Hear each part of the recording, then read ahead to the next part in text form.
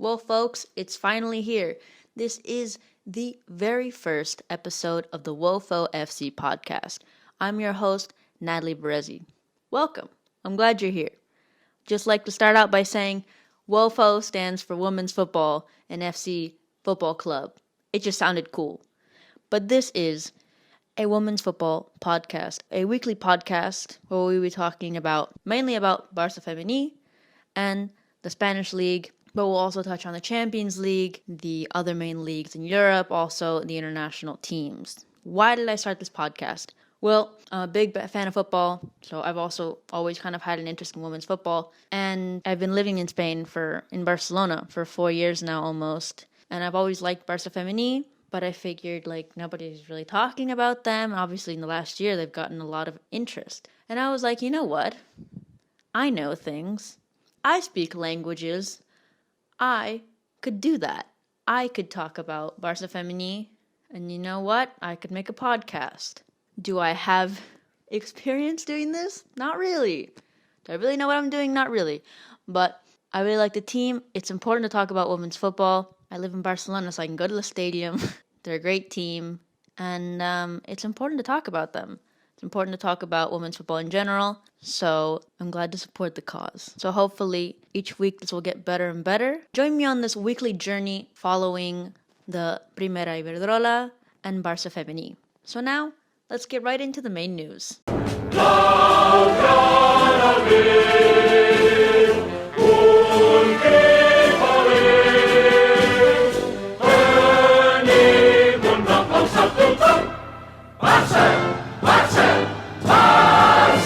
So this is match day 15 of the season. The main news. This was the first time this season that all the games were shown on TV, whether that be online streaming. Each team has their own type of streaming on YouTube, whatever. And so if any of those companies or teams are listening, please continue to do that. We actually want to see the games, and there's a lot of people that want to see the games. I had some difficulties watching the Athletic Club Barcelona match because Barça TV decided to show the men training in the Johan Cruyff Stadium, and they had a little tiny square on the side for the game in San Mames, and I was like, guys, it's really nice to see the men training, but I feel like this big match for the ladies is kind of more important. And then also I tried to watch it on esports, but I was outside of Spain at the time, and I couldn't watch it outside of Spain. But luckily, Athletic Club had a link on their YouTube to stream the game.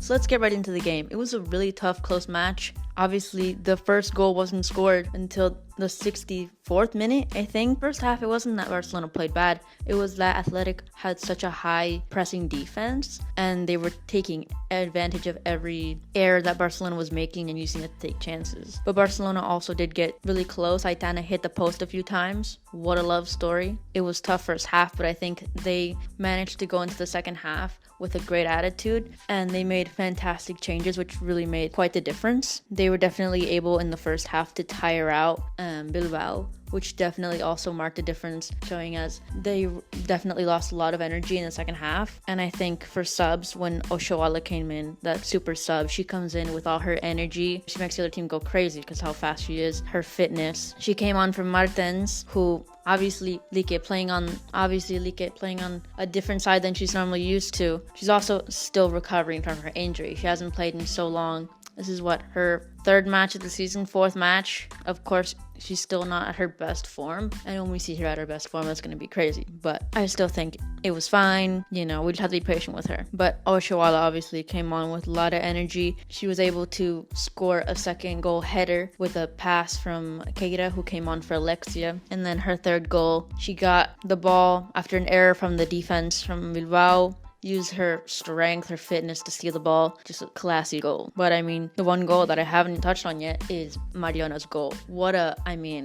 It was a fantastic goal. It's one of those goals that you wouldn't think would go in. She even said this herself. She thought it was going to go straight for the stands. Just a beautiful goal. It looked like she just kicked it whatever and it just went in. Also, it started with a great play by Jenny Hermoso, who Jenny Hermoso wasn't able to do much this game, but that was because every time she touched the ball. There was at least 3 players around her from Athletic, but she managed to get a great pass to Mariona. Mariona had a great run right outside the box. She just kicked the ball. Looked like it was going to go over the net.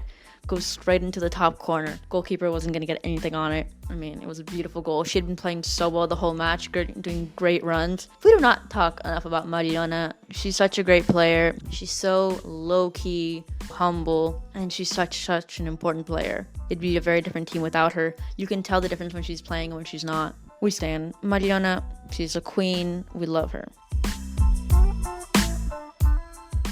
Other changes that came on later in the game, Candela for Aitana, and then Melanie for Leila. The changes were really good.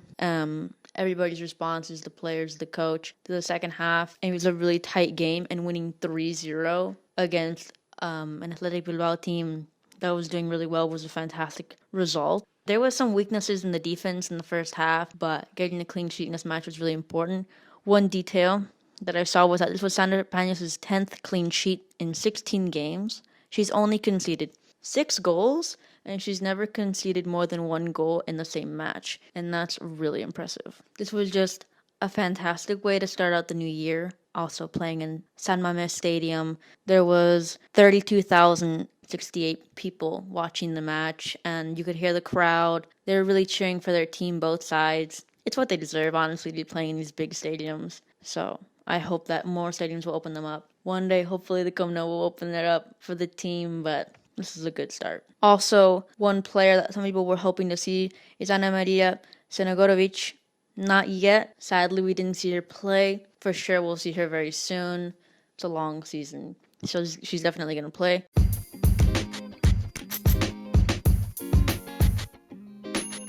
And in some of the post-match interviews, they asked Luis Cortez about his decision of putting Martens on the right and Mariona on the left, and he said that Mariona had been doing really good on the left side, really coming into the play a lot. Because of that, and the fullbacks from Bilbao, it would have been better for the team to have her on that side and Lique on the other side to bring more width, which, I mean, I don't know if it worked as well as he wanted it to, but it was a tough match. Maybe it wouldn't have been the best match to try it, but I saw some reviews saying on Twitter that we'll have to see how they play her, where they put Lique when Graham Hansen comes back, because I would love to see them play together. We still haven't been able really to see a full match with those two, but I think once it happens and once they're both in their top form and fitness, it'll be fantastic. Luis also said that about the substitutions, he's lucky to have a bench with the quality of Asisat, Keira, Candela, that they can just put in these top players at any time and they can make a difference just by changing 2 players. But I think, even before the changes were made, such a big difference was the attitude that they brought into the second half. I think, especially with Mariona's goal, it gave them so much more energy, and Athletic was already really tired, and Barcelona this season just has such great fitness and are able to just keep running and are so fast, and that really gave them the extra boost, especially when Oshuala came in by then. She was just making it so difficult for the defenders. She's able to run so much and so quickly that they were able to find a lot more space, and that 1-0 that was just a little bit of breathing room turned into a 3-0 in the last 20 minutes of the match. And I think that's something that makes the difference of this season from last season in games like this, maybe, or even the last game against Tenerife, where it's a really close match. It's really difficult for the team. In games like this, maybe they would have lost points, but this season, the players are working really hard and changing their attitude to get a win and get such important results and get these, the 3 points that are necessary to win the league. And also in one of the post-match interviews, Alexia said a quote that I really liked. They asked her about the spectacular stats that the team is having, and she just said that the team is working well, focusing on themselves, improving themselves, and just making their weak points not so weak and just focusing on their strengths. And the fact that they're not comparing themselves to other teams, not looking at the other results, but only at themselves, I think is really important and something necessary if they want to win the league this season.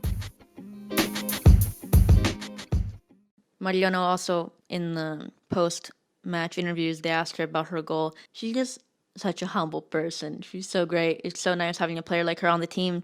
They asked her about her goal, and she said it was one of those that would normally go to the stands. Today it went inside, and I'm happy, as simple as that. She makes it seem like it was such a simple thing. It was a really complicated goal to score, and a very important goal to score, breaking the tie and giving Barcelona the 1-0 and changing the whole energy of the game, the whole rhythm of the game. And she's just happy. Happy to win, happy to help. And also they asked her if the team was nervous, seeing that at the 60th minute they were still 0-0. They still hadn't been able to score. And she said that maybe they've been getting used to scoring too much, scoring early, scoring a lot of goals, but they didn't feel nervous at any time, and that they were calm because they had confidence that the goal would come. They felt like they knew what they were doing, that they were doing it well. That confidence is so great, because when I'm having anxiety watching the game and freaking out, I'm glad that they're calm, because that's super important. The fact that they're staying calm in big moments like that is so good, and hopefully they can maintain that for the rest of the season. And even in other competitions like the Champions League, the Queen's Cup, and the new Super Cup.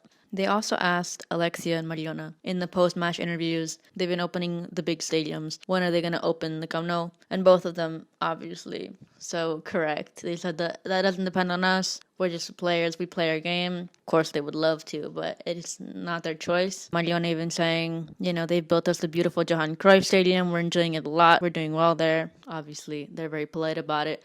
I would just like to say, open up the stadium. Let them play, open up more stadiums. It's the right thing to do, and they deserve it. And people, if you promote it enough, people will show up, as it's been seen last year. So it was a big win for Barca. This 3-0 win leaves them on top of the standings, 40 points, 7 points above second place Atletico Madrid, who has 33 points.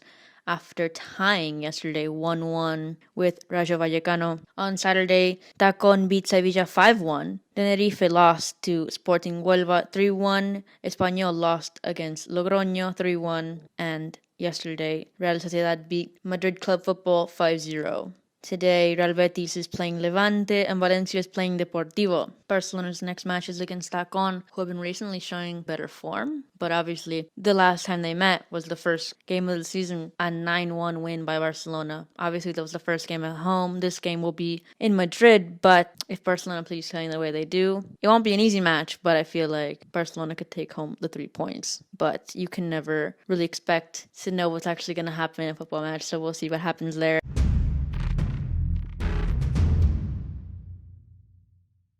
In other sad news, injuries. Graham Hansen has recently had a foot injury, which he most likely picked up in the game against Valencia. She didn't play in the last match. She's such a critical player. We all love her. But the injury doesn't seem to be too bad, or at least it doesn't seem like it yet. They're still going to see how the injury turns out, if it's getting worse or not. But I think she'll be playing sooner than we think. But even if it does take longer, I mean, look at the team lineup. Even they won 3-0 against Athletic Bilbao without her. I mean, it's like Luis Cortez said, they have a bench with so many talented players. You can put any one of them in the starting lineup and you'd still have an incredible team. I saw a tweet the other day that said Barcelona has the best 2 teams in the league. They're first starting at 11 and then their bench is the second best team. And honestly, it's kind of true. There's so much talent on the team on the bench. You can put in anyone and they'll make a good difference. And that gives you so much confidence, especially when you have players getting injured. The other sad one is Andrea Falcón, the new signing who returned to Barcelona this season, who had been doing so well, giving assists, being such an important part of the team. She got injured in the game against Espanyol, recently got surgery on her ACL. If she somehow made it back before the season ends, it would be the very, very end. It's a big loss because she's been doing so well, and it's her first season back, but hopefully when she comes back next season, she'll have the summer to recover, and she can come back, fight for her place next season to make the team even more competitive than it already is. Shout outs to Andrea Falcón. We love you.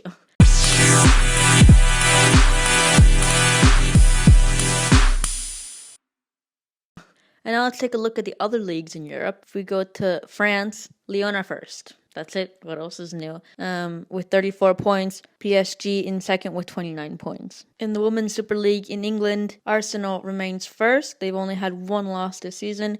Manchester City in second and Chelsea in third. Manchester City has 27 points and Chelsea has 26.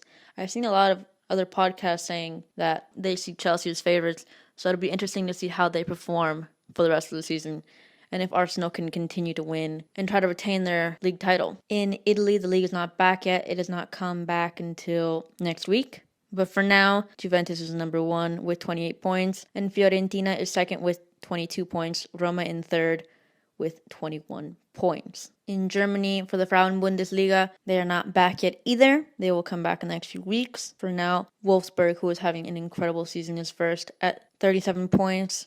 Hoffenheim in second with 34, Bayern Munich in third with 31 points. Also keep in mind that in the Champions League, Barcelona, if they beat Atletico Madrid in the quarterfinals, then Wolfsburg is one of the possible opponents for the semifinals, which would be a crazy match. I want to take a few minutes to talk about how this year is going to look for Barcelona, at least right now. Their next few games are away against Tacon, at home against Rayo Vallecano, and away versus Atletico Madrid. Then they'll start out February at home against Sevilla. Also, this season, they will play the Women's Super Cup. It's a new competition this year, which they will be playing in February as well. There's months where it's a bit complicated. There's also the Queen's Cup, which they have yet to do the draw for, but I'm assuming it'll be around April as well, and before that, and then the Champions League, of course. It'll be quite intense. I know that March is an especially intense month. There's the Queen's Cup semifinals. There's Levante versus Barcelona. Then there's the Atletico Madrid versus Barcelona Champions League quarterfinal match. Barcelona versus Real Sociedad. Barcelona versus Atletico Madrid Champions League again. A game against Deportivo. It's going to be, well, a great month of football. Also a very stressful month. But hopefully we'll make it until then. If the team keeps playing like they do now, then there'll be no need to worry. Don't worry. I'll be here to worry for you. And so this is it. This is the end.